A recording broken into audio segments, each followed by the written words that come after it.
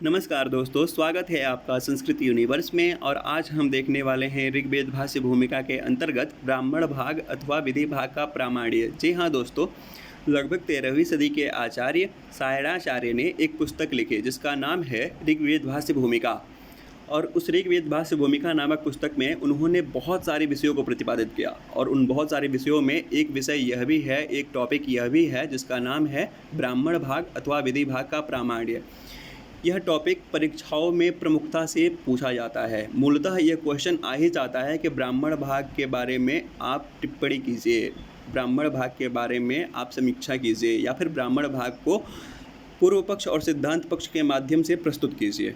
इसलिए यह प्रश्न बहुत ही महत्वपूर्ण है। तो आइए इसके बारे में हम चर्चा करते हैं। सर्वप्रथम हम देखते हैं मंत्र ब्राह्मणात्मक शब्द राशि को वेद कहते हैं। ठीक है, जहाँ पे मंत्र हो, ब्राह्मण हो, उस शब्द राशि को हम क्या कहते हैं? वेद कहते हैं। यहाँ आए ब्राह्मण के दो प्रकार हैं। जो इस वाक्य में हमने ब्राह्मण शब्द पढ़ा, उसके दो प्रकार हैं। कौन कौन से? तो एक है विधि और दूसरा है अर्थवाद। अब क्रमशः हम इनको जानने का प्रयास करेंगे। विधि क्या होती है, अर्थवाद क्या होता है। अब आपस्तंभ परि में एक आपको वो मिलता है, लक्षण मिलता है। इसमें लिखा है कर्म चोदना ब्राह्मणानी, अर्थात कर्म के द्वारा जो चोदित है, चोदित यानी जो प्रेरित है। चोदना शब्द का अर्थ है प्रेरित। ठीक है, प्रेरित करना या प्रेरित होना। तो कर्म के द्वारा जो प्रेरित किया गया है उसी को हम क्या कहते हैं? ब्राह्मण कहते हैं। ठीक है, और फिर से कहते हैं ब्राह्मण शेषोर्थवाद। ब्राह्मण से जो शेष बच जाता है, ब्राह्मण के बाद जो शेष चीज़ें बच जाती हैं, उसको हम क्या कहते हैं? अर्थवाद कहते हैं। अर्थात कर्म की ओर प्रेरित करने वाली विधियाँ ब्राह्मण हैं। वही बात है जो हमने आपको पहले बताई कि कर्म की ओर प्रेरित करने वाली विधियाँ क्या हैं? ब्राह्मण हैं। तो ये आपकी विधि हो गई। और फिर से तथा शेष ब्राह्मणों की जिनमें कर्म चोदना नहीं है, जिसमें कर्म से प्रेरित करने वाली चीज़ें नहीं हैं, उसको हम क्या कहते हैं? अर्थवाद। तो इस डेफिनेशन को आप रट लीजिए सबसे पहले तो, और परीक्षा में एकदम एज इट इज़ ऐसे ही लिख दीजिए। कोई भी इसमें आपको दिक्कत नहीं आएगी। इसके बाद से आगे देखते हैं। अब विधि के भी दो भेद होते हैं। पहले हमने देखे ब्राह्मण के दो भेद। कौन कौन से? एक था विधि और दूसरा था अर्थवाद। अब विधि के भी दो भेद हैं। कौन कौन से हैं? तो एक का नाम है अप्रवृत्त प्रवर्तन और दूसरा है अज्ञातार्थ ज्ञापन। अब देख लीजिए, अप्रवृत्त प्रवर्तन का मतलब क्या होता है? इसका मतलब होता है अप्रवृत्त विषय में प्रवृत्त कराने वाली जो विधि होती है। ठीक है, जैसे कोई अप्रवृत्त विषय है जिसमें हम कोई इंटरेस्ट नहीं ले रहे हैं, उसमें भी प्रवृत्त करा देने वाली विधि, जिसको अब मान के लिए आप क्लासरूम में बैठे हैं। एक एग्जांपल के थ्रू समझाता हूँ आपको। आप क्लासरूम में बैठे हैं, टीचर सर या फिर अध्यापक आपको पढ़ाने आते हैं आपके क्लासरूम में, और आपको पढ़ने का मन नहीं है, लेकिन फिर भी वो किसी इंटरेस्टिंग कहानी वगैरह के माध्यम से कोई स्टोरी सुना करके और उस विषय में आपको प्रवृत्त करवा रहे हैं। धीरे धीरे उस विषय में आपको वो घुसाने का प्रयास कर रहे हैं और आपको उस में इंटरेस्ट पैदा कर रहे हैं। उसी तरह उसी चीज़ को कहते हैं जिसमें अप्रवृत्त जो चीज़ है उसी में प्रवृत्त कराने वाली विधि को हम क्या कहते हैं? अप्रवृत्त प्रवर्तन। अब दूसरा देख लेते हैं, अज्ञातार्थ ज्ञापन। अज्ञातार्थ ज्ञापन क्या होता है? तो बोल रहे हैं अज्ञात विषय का ज्ञान कराने वाली विधि। ठीक है, अब कोई ऐसा विषय है जो अज्ञात है, जिसको कोई जानता ही नहीं है। ठीक है, और उसमें जो अर्थ का ज्ञापन करवा दे, जो उसके मूल बातों को बता दे, उसी को हम कहते हैं अज्ञात ज्ञापन विधि। ठीक है, ये दोनों चीज़ें आपको समझ में आ गई। अब यहाँ से हम स्टार्ट करते हैं एकदम क्रमशः। जो भी चीज़ें हैं उसको मैं बताने का आपको अच्छे से प्रयास करूँगा और आप भी समझने का प्रयास कीजिए। सबसे पहले इन्होंने कहा कि आग्ना वैष्णवम पुरोडासम निर्वपंती दीक्षणीयम। और सबसे पहले इस वर्ड का, इस सेंटेंस का पूरा मतलब समझिए क्या है। इसमें लिखा है कि आग्ना वैष्णवम पुरोडासम निर्वपंती दीक्षणीयम। इसका मतलब क्या होता है? ये ऐत्रेय ब्राह्मण में सबसे पहले तो ये जान लीजिए आप। और इसका मतलब होता है कि दीक्षणीय इष्टि में अग्नि विष्णु देवता को उद्दिष्ट करके पुरोडास का निर्वाप करें। ठीक है, अब दीक्षणीय इष्टि क्या होती है? तो दीक्षणीय इष्टि मतलब होता है यज्ञ। ठीक है, कोई यज्ञ विशेष है, उसमें क्या करना है? अग्नि और विष्णु देवता को उद्दिष्ट करके, मतलब उनका आवाहन करके, उनको याद करके, और जो हम पुरोडास का निर्वाप करते हैं। ठीक है, वही इसका मतलब है कि आग्ना वैष्णवम पुरोडासम निरूपंती दीक्षणीयम। अब यहाँ पे लिखा गया है, आप पढ़ भी सकते हैं इसको, कि यह ब्राह्मण दीक्षणीय इष्टि का विधायक है। जो ये लिखा हुआ है, ये सेंटेंस जो वाक्य लिखा हुआ है, यह ब्राह्मण क्या है? तो दीक्षणीय इष्टि का विधायक है। ठीक है, दीक्षणीय इष्टि को यह परिपूर्ण करता है। ठीक है, इस विधि वाक्य को सुनने से इस स्त्री में पुरुष की प्रवृत्ति होती है, ठीक है। अब इस विधि वाक्य को हम सुना करके, आपको बता करके, और उस पुरुष की प्रवृत्ति, उस पुरुष की जो इंटरेस्ट है, उस पुरुष का जो इंटरेस्ट है उसमें इस स्त्री में लाने का प्रयास करेंगे, ठीक है। यह वाक्य अग्नि और विष्णु को उद्दिष्ट करके पुरोडास के निर्वपन का विधान करके और अप्रवृत्ति की ओर प्रवृत्त करता है, ठीक है। अब यहाँ से पहला चीज़ आपको पता चल गया कि हम अप्रवृत्त प्रवर्तन को स्टार्ट कर चुके हैं। और इसमें होता क्या है कि अग्नि और विष्णु देवता को उद्दिष्ट करके हम पुरोडास का निर्वपन करते हैं, किसमें? तो दिक्षणीया इष्टि में, यानी दिक्षणीया यज्ञ में, ठीक है। उसके बाद से कहते हैं आत्मा व इदमेक एवाग्र आसित, ये कहते हैं ऐत्रेय आरण्यक में है ये एक चीज़। अभी यहाँ से ये पूर्व पक्ष वाले धीरे धीरे आपको एक एक मतलब पहले सेंटेंस बता दे रहे हैं, और जो भी मतलब उस ब्राह्मण का या फिर उस आरण्य का जो एक कारिका है या फिर उसके बारे में जो भी एक तथ्य है वो आपको बताने का प्रयास कर रहे हैं। फिर से इस पे वो आक्षेप करेंगे, फिर सिद्धांत पक्ष वाले आपको इसका आंसर देंगे, ठीक है। तो बोलते हैं आत्मा व इदमेक एवाग्र आसित। तो इसका मतलब क्या होता है कि सृष्टि के पूर्व एकमात्र आत्मा ही थी, ठीक है। उसके पहले कोई मतलब ये अनगिनत आत्माएं नहीं थी। इससे आप ये समझ लीजिए कि परब्रह्म परमेश्वर की ओर इशारा किया जा रहा है कि सृष्टि के पहले एक ही आत्मा एग्जिस्ट करते थे, ठीक है। इसमें कहते हैं ये ऐत्रेय आरण्यक में है, तो इसको भी आप कोट कर सकते हैं, लिखते टाइम कोट कर सकते हैं। फिर से कहते हैं कि इस प्रकार की ब्रह्मकांडगत विधियाँ अज्ञात ज्ञापक हैं, यानी जो अज्ञात है। अब हमने परब्रह्म परमेश्वर को देखा नहीं, जाना नहीं, सुना नहीं, तो वो अज्ञात ही है, ठीक है। और उसको जो ज्ञापन कराने वाली विधियां हैं वो कौन सी है? वो यही है जो लिखी गई है विधि है कि आत्मा व इदमेक एवाग्र आसित, ठीक है। अर्थात जो विषय प्रत्यक्षादि किसी अन्य प्रमाण से ज्ञात नहीं होती उसे ज्ञापित करवाती है यह विधि। पहले में आपने अप्रवृत्त प्रवर्तक देख लिया और दूसरे में देख लिया अज्ञात ज्ञापक विधि, ठीक है। इसके बाद से आगे देखते हैं। अब इसमें कहते हैं जैसा कि इस विधि वाक्य का अर्थ है कि पहले आत्मा ही एक था, आत्मा में एक या केवल होने की बात किसी अन्य प्रमाण से विदित नहीं न थी, इस तथ्य को इस विधि ने बताया। अब मैं कह दूं, कोई भी बात अगर आगे कह दूं तो आप उसका प्रमाण हमसे मांगेंगे। कोई भी अगर ऐसी ऑथेंटिक बातें मैं आपसे आगे करता हूं तो आप उसका प्रमाण निश्चय ही मांगेंगे। तो पहले ऐसा कोई भी तथ्य नहीं था, कोई भी ऐसा प्रमाण ये नहीं था जिससे ये सिद्ध होता था कि आत्मा व इदमेक एवाग्र आसित। जब यह विधि मिली तब ये सिद्ध हो गया कि सृष्टि के पूर्व एकमात्र ही आत्मा थी। उसके बाद से उस परब्रह्म परमेश्वर के द्वारा बहुत सारी आत्माएं, जैसे हमारा निर्माण हुआ, आपका निर्माण हुआ, फिर आपके अगल बगल पड़ोसी जितने भी लोग हैं, हर एक जीव जंतुओं का निर्माण हुआ, तो उनके अंदर भी आत्माएँ हैं। तो इससे ये बात जो है सिद्ध हो जाती है कि आत्मा व इदमेक एवाग्र आसित से कि सृष्टि के पूर्व एकमात्र ही आत्मा थी। और उसी बात को इसमें भी समझा दिया। क्या कहा कि जैसा कि इस विधि वाक्य के अर्थ हैं कि पहले आत्मा ही एक था, आत्मा में एक या केवल होने की बात किसी अन्य प्रमाण से विदित न थी, इस तथ्य को इस विधि ने बता दिया, ठीक है। तो आपने ये दोनों चीज़ें देख ली कि अप्रवृत्त प्रवर्तन में क्या होता है और फिर से अज्ञातार्थ ज्ञापन में क्या होता है। तो अज्ञातार्थ ज्ञापन का उदाहरण ये था आत्मा व इदमेक एवाग्र आसित, और अप्रवृत्त प्रवर्तन में क्या था? तो आज्ञा वैष्णवम पुरोडासम निर्वपन्ति, ठीक है। उसके बाद से आगे देखते हैं। अब देखिए मेन चीज़ यहाँ से आपको स्टार्ट हो गई। अभी तक तो मैंने आपको ये एक छोटा सा परिचय दिया, एक छोटा सा परिचय देकर बताया कि कहाँ कहाँ कैसे कैसे अप्रवृत्त प्रवर्तन क्या होता है, अज्ञातार्थ ज्ञापन क्या होता है। अब यहाँ से ये चीज़ पूर्व पक्ष वालों ने उत्तर पक्ष वालों पे आक्षेप करना यहाँ से स्टार्ट कर दिया, ठीक है। अब हम इसको अच्छे से देखेंगे और समझेंगे।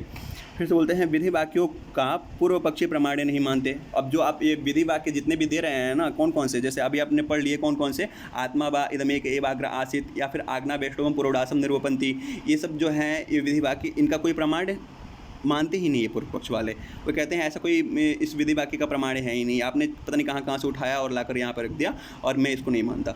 फिर से कहते हैं, वे कहते हैं कि कर्मकांड में आई हुई जर तिल यवाग्वा वा जुहुयात गविदुक यवाग्वा वा, ऐसा तैतरीय संहिता में लिखा हुआ एक विधि है, ठीक है। और ये विधियाँ प्रमाण्य नहीं है और ये विद्या जो है प्रमाणित नहीं है। तो इसका मतलब क्या होता है पहले आप ये समझ लीजिए। जर तिल यवाग्वा वा जुहुयात गविदुक यवाग्वा, इसका मतलब ये होता है जंगली तिलों के यवागु, यवागु मतलब होता है हलवा, ठीक है।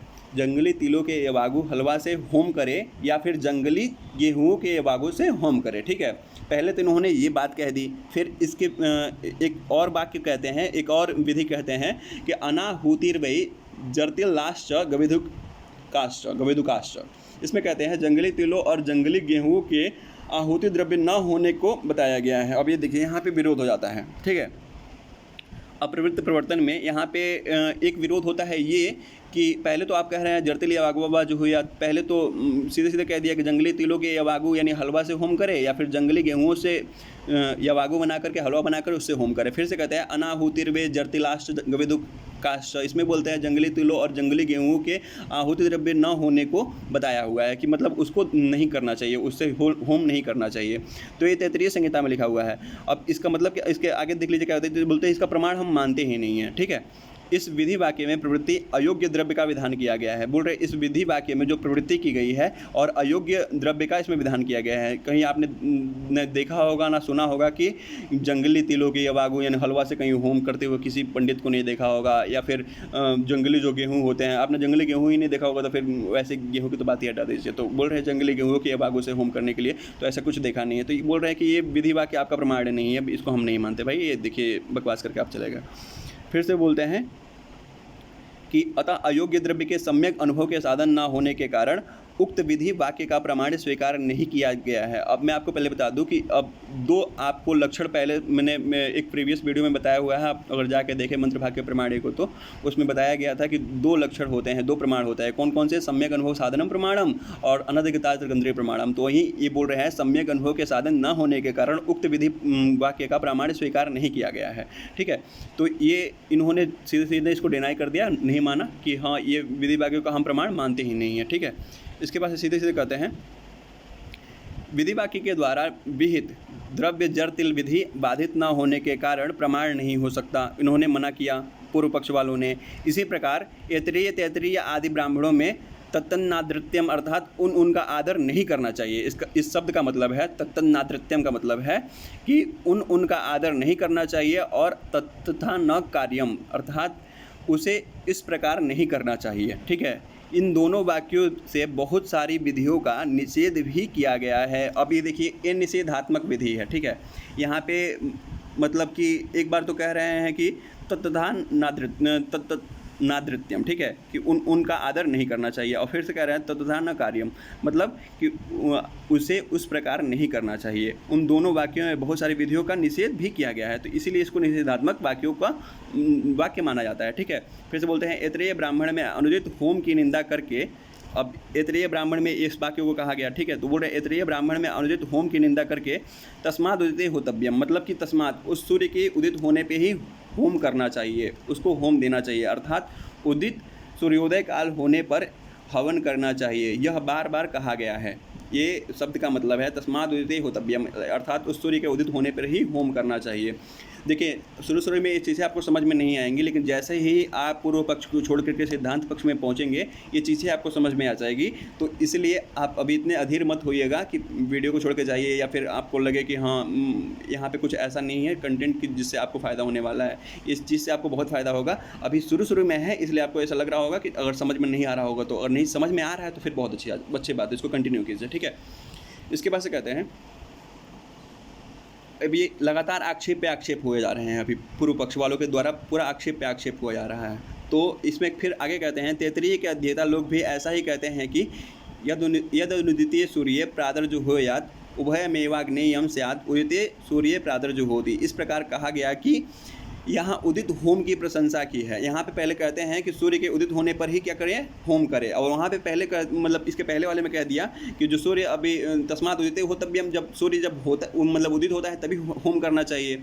फिर वे लोग उदित होम में दोष देते हुए इस प्रकार कहते हैं कि नहीं सूर्य के उदित होने पर मतलब होम नहीं करें। और उसके बाद से एक और मतलब विधि देते हैं कि यदुदितीय सूर्य प्रातर्जुहोया तदा यदा तिथये प्रद्रुताय शून्याया अवसाया हार्यम हरंती तादृगेव तत्। ये भी तैतरीय ब्राह्मण में लिखा गया है, अर्थात जैसे कोई घर आए अतिथि का उसके जाने के समय स्वागत करे, उसी प्रकार सूर्योदय होने पर हवन करना है, ठीक है। ऐसा पूर्व पक्षियों का मानना है। अब देखिए ये बोलते हैं सीधे सीधे कि पहले बोलते हैं तस्माद उदिते होतव्यम, सूर्य के उदय होने पे ही मतलब होम करे। फिर कहते हैं यद अनुदिते सूर्य प्रातर्जुहोयात् उभयमेवाग्नेयम स्यात् उदिते सूर्य प्रातर्जुहोति। इन सबको आपको याद करना पड़ेगा पेपर में लिखने के लिए। ये जो कड़िकाएँ हैं यही जो हैं आपको मतलब अंक प्राप्त करने में साधन बनेंगे। बोलते हैं इस प्रकार यहाँ उदित होम की प्रशंसा की है सबसे पहले वाले में, और बाद में कहते हैं यद अनुदितीय सूर्य, जो सूर्य उदित नहीं हो ठीक है, उसको आप होम करें तो फिर यहाँ पे ये एक वैपरीत्य बन जाता है, यहाँ पे एक दिक्कत बन जाती है। और फिर से दूसरे वाले में कह देते हैं जैसे यदि सूर्य प्रादुर्जुहुयात् यदा अतिथये प्रद्रुताय शून्याया अवसाय हार्यम हरंती तादृकी वतत। इसमें कहते हैं क्या क्या क्या कहते हैं, सीधे सीधे कहते हैं इसमें कि जैसे कोई घर आए अतिथि का उसके जाने का समय स्वागत करे, उसी प्रकार सूर्योदय होने पर हवन करना है, ऐसा पूर्व पक्षियों का मानना है। तो सूर्योदय हो जाने के बाद हवन करें और सूर्य के अस्त होने के बाद हवन करें। अब इस चीज़ को कैसे काटेंगे सायणाचार्य, आपको सिद्धांत पक्ष में समझ में आएगा। फिर से कहते हैं इसी प्रकार अतिरात्रे षोडशीनम गृह्णाति। ठीक है, अतिरात्रे षोडशीनम गृह्णाति का मतलब क्या होता है कि अतिरात्र नामक याग में षोडशी का ग्रहण करें। षोडशी एक पात्र होता है, उसका ग्रहण करें। ठीक है, तो यह विधि वाक्य जो है नातिरात्रे षोडशीनम गृह्णाति इस निषेध से बाधित होता है। पहले तो बोल दिया कि अतिरात्रे षोडशीनम गृह्णाति, अतिरात्र नामक यज्ञ में क्या करें आप, तो षोडशीनम यानी षोडशी पात्र को ग्रहण करें। फिर से बोलते हैं न अतिरात्रे षोडशीनम गृह्णाति, और षोडशी अतिरात्र में षोडशी का ग्रहण ना करें, षोडशी नामक पात्र का ग्रहण ना करें, इस प्रकार से कहते हैं। इस निषेध से बाधित होता है कि स्वर्ग के लिए ज्योतिषोम आदि यज्ञों का विधान है। ठीक है, स्वर्ग के लिए हम कहते हैं कि अगर आपको स्वर्ग आदि की मतलब प्राप्ति चाहिए तो आप क्या करें, ज्योतिषोम इत्यादि यज्ञ करें। ठीक है, तो ज्योतिषोम यज्ञ क्यों करना चाहिए, तो स्वर्ग आदि की प्राप्ति के लिए करना चाहिए। इस चीज़ को आप याद रखिए, आपको बाद में काम देगी। यज्ञों का विधान किया है, इन्होंने बताया कि ज्योतिषोम आदि यज्ञों का विधान किया है किसके लिए, स्वर्ग आदि के प्राप्ति के लिए। फिर से बोलते हैं किंतु उन विहित यज्ञों में अनुष्ठान के बाद भी स्वर्ग आदि फल को उपलब्ध होते हुए नहीं देखा जाता। अब कहते हैं कि अगर आप ज्योतिषोम इत्यादि यज्ञ कर लेते हैं तो आप तुरंत तो स्वर्ग में पहुंच नहीं जाते, आपको फिर बहुत सारी उसमें दिक्कत होती है, बहुत सारा टाइम लगता है, पता नहीं मरने के बाद इंसान का मोक्ष होता है कि नहीं होता है, स्वर्ग में पहुंचता है कि नहीं पहुंचता है। तो यहाँ पे ये उनको पूर्व पक्षियों को ये नहीं सुहाता, ये बात नहीं समझ में आती कि ज्योतिषोम करने के पश्चात आपको स्वर्ग मिलता है कि नहीं मिलता है। वो कहते हैं कि किसने देखा है कि ज्योतिषोम यज्ञ करने के बाद आप स्वर्ग की आपको प्राप्ति हो जाएगी, इस बात को समझाते हैं। फिर से बोलते हैं भोजन हो जाने के बाद तृप्ति की प्राप्ति न हो, ऐसा नहीं होता। मतलब आपने यज्ञ कर लिया और यज्ञ करने के बाद आपको स्वर्ग की प्राप्ति ना हो, ऐसा नहीं होना चाहिए। इन नियुक्तियों से यह सिद्ध है कि कर्म विधियों में प्रमाण स्थापित करना सर्वथा दुष्कर है। ठीक है, अब कर्म विधियों में जो है, कर्म विधि क्या है, तो वही आपको जो सर्वप्रथम मैंने बताया था, कर्म अप्रवृत्त प्रवर्तन, और फिर से दूसरा वाला जो था उसको देख लीजिएगा। तो ये दोनों आपकी कर्म विधियों में क्या था, इन्होंने सीधे सीधे बोला कि प्रमाण स्थापित करना सर्वथा दुष्कर है। आप ऐसे ही बस हवा में बात कर रहे हैं, इसका कोई औचित्य नहीं है। इसके बाद से आगे देखते हैं। इसी प्रकार अज्ञात ज्ञापक विधियों का भी परस्पर विरोध है, विरोध के कारण अप्रमाण्य नहीं है। बोलते हैं अज्ञात ज्ञापक विधि को भी आप सुन लीजिए कि इसमें क्या होता है। बोल रहे ऐत्रेय के अध्येता लोग कहते हैं, ऐत्रेय ब्राह्मण या ऐत्रेय उपनिषद के अध्येता लोग क्या कहते हैं, उन्होंने कहता है, वो कहते हैं सीधे कि आत्मा व इदमेक एवाग्र आसित। ठीक है, तैत्रीय का पाठ करने वाले ठीक इसके विपरीत पाठ करते हैं कि असद व इदमग्र आसित। सबसे पहले इसको समझ लीजिए, आत्मा व इदमेक एवाग्र आसित बोलते हैं, इसका मतलब है कि सृष्टि के पूर्व एकमात्र ही आत्मा था, और जो दूसरा वाला है इसका मतलब है कि सृष्टि के पूर्व कुछ नहीं था। तो अभी ऐत्रेय उपनिषद में ऐसा कहा गया और तैत्रीय आरण्यक में ऐसा कहा गया। तो ये क्या था, अज्ञात का ज्ञापक करवाने वाले में इसमें भी सीधे सीधे वैपरीत्य हो गया। इस प्रकार यह विरोध होता है, इन दोनों चीज़ों में वैपरीत्यता आ जाती है, और इसलिए वेद में विधि भाग समग्र रूप से अप्रमाणिक है, ऐसा पूर्व पक्षियों का मानना है। अब यहाँ तक हमने पूर्व पक्षियों के बहुत सारे मतलब कटाक्षों को देख लिया। अब चीज़ें आपको समझ में आने लग जाएंगी, इसलिए क्योंकि अब सायणाचार्य आ गए और उन्होंने इन बातों का जितना इन्होंने ये मतलब दिया अपना तर्क कि ऐसा क्यों किया, ये वैपरीत्य है, यहाँ विरोध है, यहाँ पे ऐसे है वैसे है, सब चीज़ जितने भी हैं सब चीज़ों को धीरे धीरे काट करके और उसको एक सुदृढ़ रूप में इनको दिखा देंगे। अब सिद्धांत पक्षी क्या कहते हैं, सिद्धांत पक्षी अर्थात सायणाचार्य क्या कहते हैं, अब इनके बातों को धीरे धीरे नेगलेक्ट करेंगे। बोलते हैं विधि भाग का प्रामाण्य है। सबसे पहले आपने जो बोल दिया ना कि विधि भाग का प्रामाण्य नहीं है, तो आप भी सुन लीजिए कि विधि भाग का प्रामाण्य है। हमारे यहाँ ऐसे ही होता है, इनके कहने का मतलब ऐसा ही है कि विधि भाग का प्रामाण्य है, आप इस चीज़ को समझिए। फिर से बोलते हैं जर्तिल आदि विधि का प्रामाण्य नहीं है। अब आप जो बोल रहे हैं कि जर्तिल आदि विधि का प्रामाण्य नहीं है, तो ठीक है, कोई बात नहीं, आपने जो कहा वो सही है, ठीक है, क्योंकि जर्तिल आदि अर्थ अनुष्ठान के योग्य नहीं है। आपने कभी ऐसा देखा ही नहीं कि जर्तिल आदि यज्ञ जो हैं वो अनुष्ठान के योग्य होते हों, हम उस चीज़ का यज्ञ करते हों। हम कभी जंगली तिलों के या बागू यानी हलवे का होम करते हो, या फिर जंगली गेहूं के या बागू यानी हलवे का होम करते हो, ये अनुष्ठान के योग्य है ही नहीं, इसको हम भी हटाते हैं, इसको हम डिनाई करते हैं। फिर से बोलते हैं अनुष्ठेय अर्थ के ऊपर अजाक्षीर्ण जो होती है, अजाक्षीर्ण। अब अनुष्ठेय अर्थ के ऊपर आप उस चीज़ का आरोप कर लीजिए कि अजा क्षीरेण दोहते, अजा मतलब होता है बकरी, या क्षीर मतलब होता है दूध, ठीक है, और उससे हवन करना चाहिए। इस वाक्य में विधान किया गया है, ठीक है, इस वाक्य में इस चीज़ का विधान किया गया है जरतिलादि का। और फिर से बोलते हैं कि इस अनुष्ठेय अर्थ की प्रशंसा करने के लिए जरतिलादि के उल्लेख करके उसकी निंदा की गई है। अब इस अनुष्ठेय यज्ञ की, अजाक्षीरेण जो होती, इस अनुष्ठेय यज्ञ की प्रशंसा करने के लिए हम जरतिलादि वाक्य को लेकर के और उसकी निंदा फिर करते हैं। जैसे गौ और अश्व की प्रशंसा करने के लिए अपशवो व अन्य गो अश्वेभ्य, कहते हैं सीधे सीधे गाय और अश्व से भिन्न पशु नहीं है, ठीक है। तो क्या गाय और अश्व से भिन्न पशु नहीं होता? क्यों नहीं होता है? लेकिन हम उस चीज़ को बड़ा दिखाने के लिए, अब गाय और अश्व को बड़ा दिखाने के लिए हम क्या करते हैं, अन्य पशुओं का अभिभव कर देते हैं, तिरस्कार कर देते हैं। अगर मैं बोल दूं कि रोहित तुम गधा हो, तो क्या रोहित के 4 पैर हो जाएंगे, 2 तो बड़े बड़े कान निकल जाएंगे, उसके 10-15 ऐसे दांत हो जाएंगे, जाके घास चरने लग जाएगा? नहीं ना करेगा। तो हम उस बच्चे को दूसरे से नीचे दिखाने के लिए बोलते हैं कि रोहित तुम गधा हो, ठीक है। ऐसा बोलने से कोई गधा नहीं बन जाता। कहने का मतलब इनका ये है कि अपशवो वा अन्य गो अश्वेभ्य, ठीक है। इसके बाद से आगे देखते हैं, अर्थात गौ और अश्व को छोड़कर जितने हैं वे पशु नहीं हैं, ऐसा इन्होंने इस वाक्य के माध्यम से कहा। जो अपशवो वा अन्य गो अश्वेभ्य, ये बात उन्होंने जो कहा था, जो विधि कही थी, इसका मतलब ये था।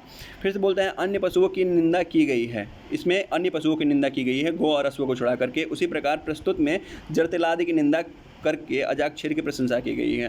आपको मैंने पहले ही बताया कि जरतिलादि की निंदा किस लिए की गई थी, किस लिए उस वाक्य को लाया गया था, ताकि उसकी निंदा की जाए। किस वाक्य को प्रधान मान करके? तो अजाक्षीर के वाक्य को प्रधान मान करके, कि अजाक्षीरेण जो होती, मतलब बकरी के दूध से हवन की जाए, ठीक है।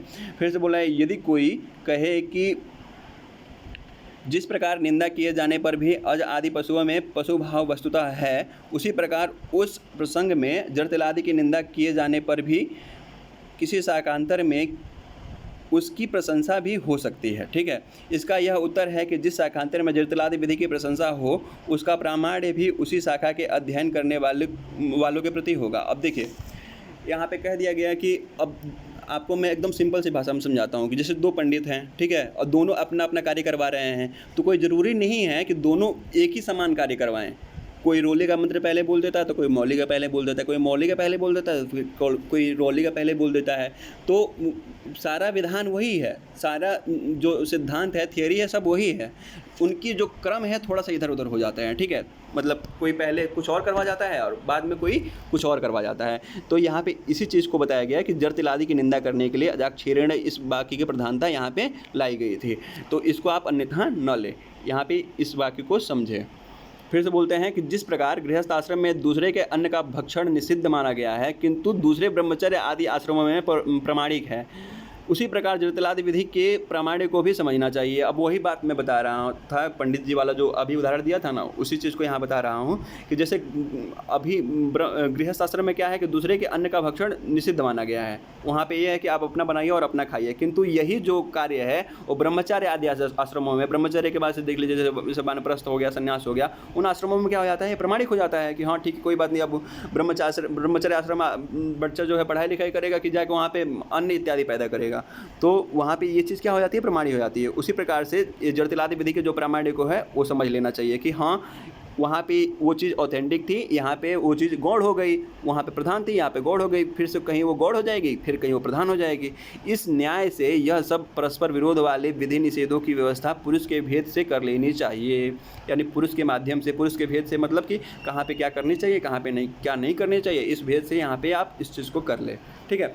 फिर से बोलते हैं तैतरीय लोग वायवः स्तोपायवस्था, तैतरीय संहिता वाले ऐसा कहते हैं। फिर से बोलते हैं ऐसा पाठ करते हैं किंतु वायस्नेयी लोग उपायवस्था इस भाग को नहीं पढ़ते। शतपथ ब्राह्मण में उस भाग का उल्लेख करके निराकरण किया गया है। अब यहाँ पे निराकरण विधि को दिखाया गया है कि इस चीज़ को निराकरण कर दिया गया है कि वायवः स्तोपायवस्था और उपायवस्था, तो इन चीज़ों को आप समझने में इसमें कुछ है नहीं। देखिए इसमें सीधे सीधे कह दिया गया है कि तैतरीय लोग ऐसा बोलते हैं और तैतरीय लोग के बाद से उपायवस्था इस भाग को पढ़ते हुए शतपथ ब्राह्मण में इस भाग को उल्लेख करके इसका निराकरण किया गया। इसको आगे आपको समझ में आ जाएगा, अभी इस चीज़ को मैं आपको क्लियर कर देता हूँ।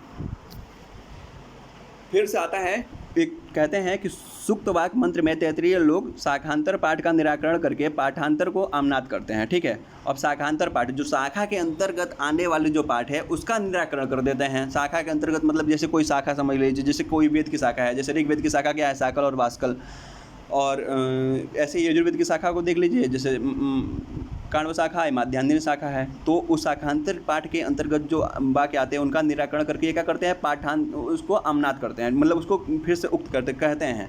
वह निराकरण इस प्रकार है, कैसे है, तो यद ब्रूयात् सुपावसाना च स्वद्यवसाना चेति प्रमायुको यजमानः स्यात्, ये तैत्तिरीय संहिता में कहा गया है। और उसी को पाठांतर से जो उपदेश के माध्यम से इस प्रकार से कहते हैं, सुपचरणा च स्वादिचरणा चेत्येव ब्रूयात्। इस प्रकार अनुष्ठान करने वाले पुरुष के भेद से विधियों में व्यवस्था कर लेनी चाहिए। ठीक है, कहीं कहीं चीज़ें थोड़ी सी उल्टी पुल्टी हो जाती हैं, आगे ऊपर नीचे ऐसे हो जाती हैं। तो देखिए, जिस तरह से शाखांतर में इस पाठ का निराकरण किया गया उसी तरह से इसको पाठांतर में आमनाद कर दिया गया, दूसरे पाठ के माध्यम से इसको यहाँ समझा दिया गया।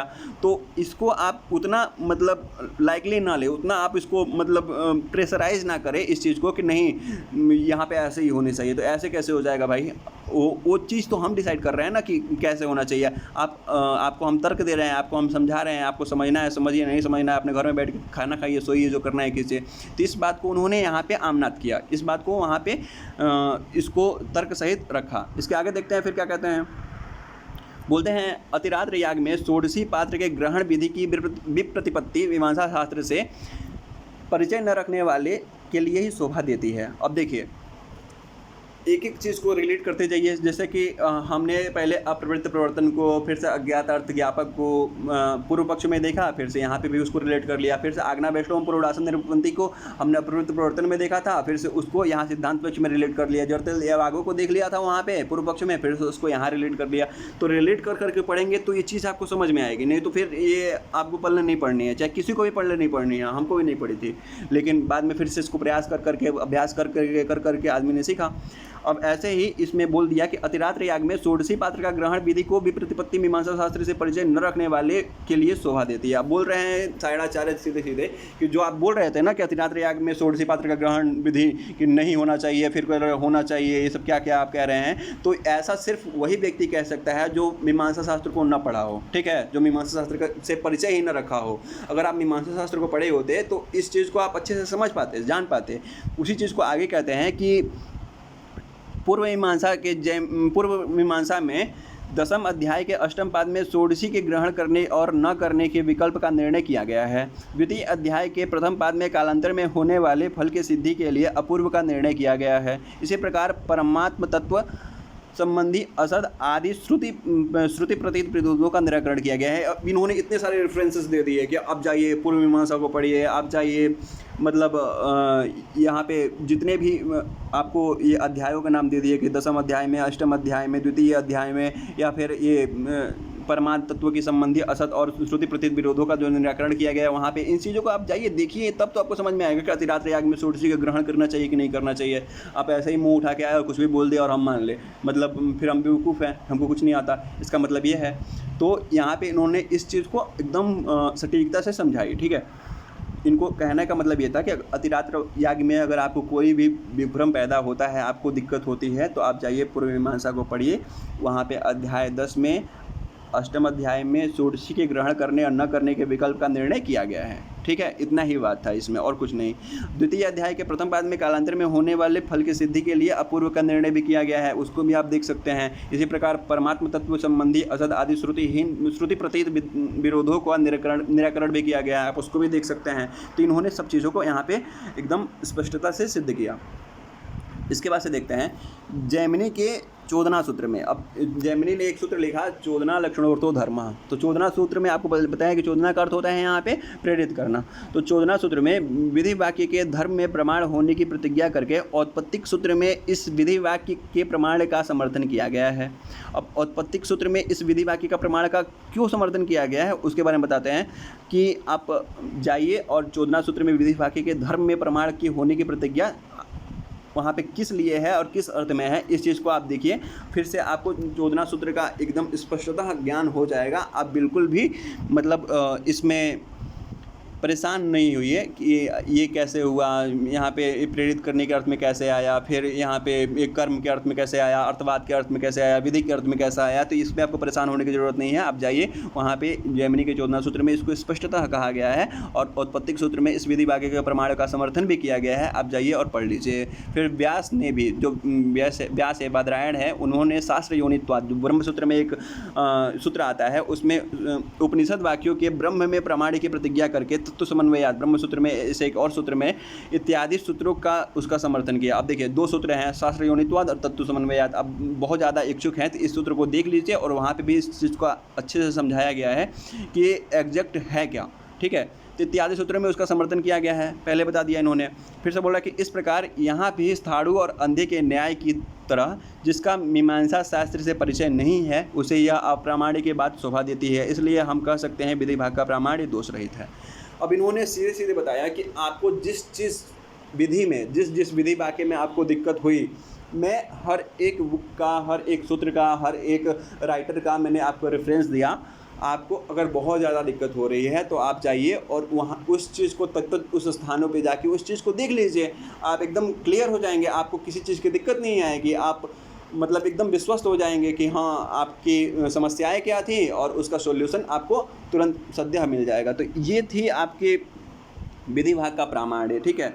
और धन्यवाद। मतलब मैंने इस वीडियो को इसी पर्पज़ से बनाया था कि परीक्षा में जो प्रश्न आए उसको आप अच्छे से कर पाएँ। अगर आप इसको एज इट इज़ ऐसे भी लिखते हैं तो मैं पूरे गारंटी के साथ कह रहा हूँ कि अगर 20 नंबर का मतलब पूरा क्वेश्चन है तो आपको 17-18 कहीं नहीं जा रहे, वहाँ तो आपको उतने मिल ही रहे हैं। अगर आपको कोई भी दिक्कत आ रही है तो आप कमेंट करके उस चीज़ को पूछिए। मैं पुनः कोशिश करूँगा कि मैं उस चीज़ को अच्छे से डिस्क्राइब करूँ और मैंने मतलब मेरे से जितना हो सकता था मैंने उस चीज़ को अच्छे से डिस्क्राइब करने का प्रयास किया और मैंने उस चीज़ को क्लियर करने का प्रयास किया। तो धन्यवाद।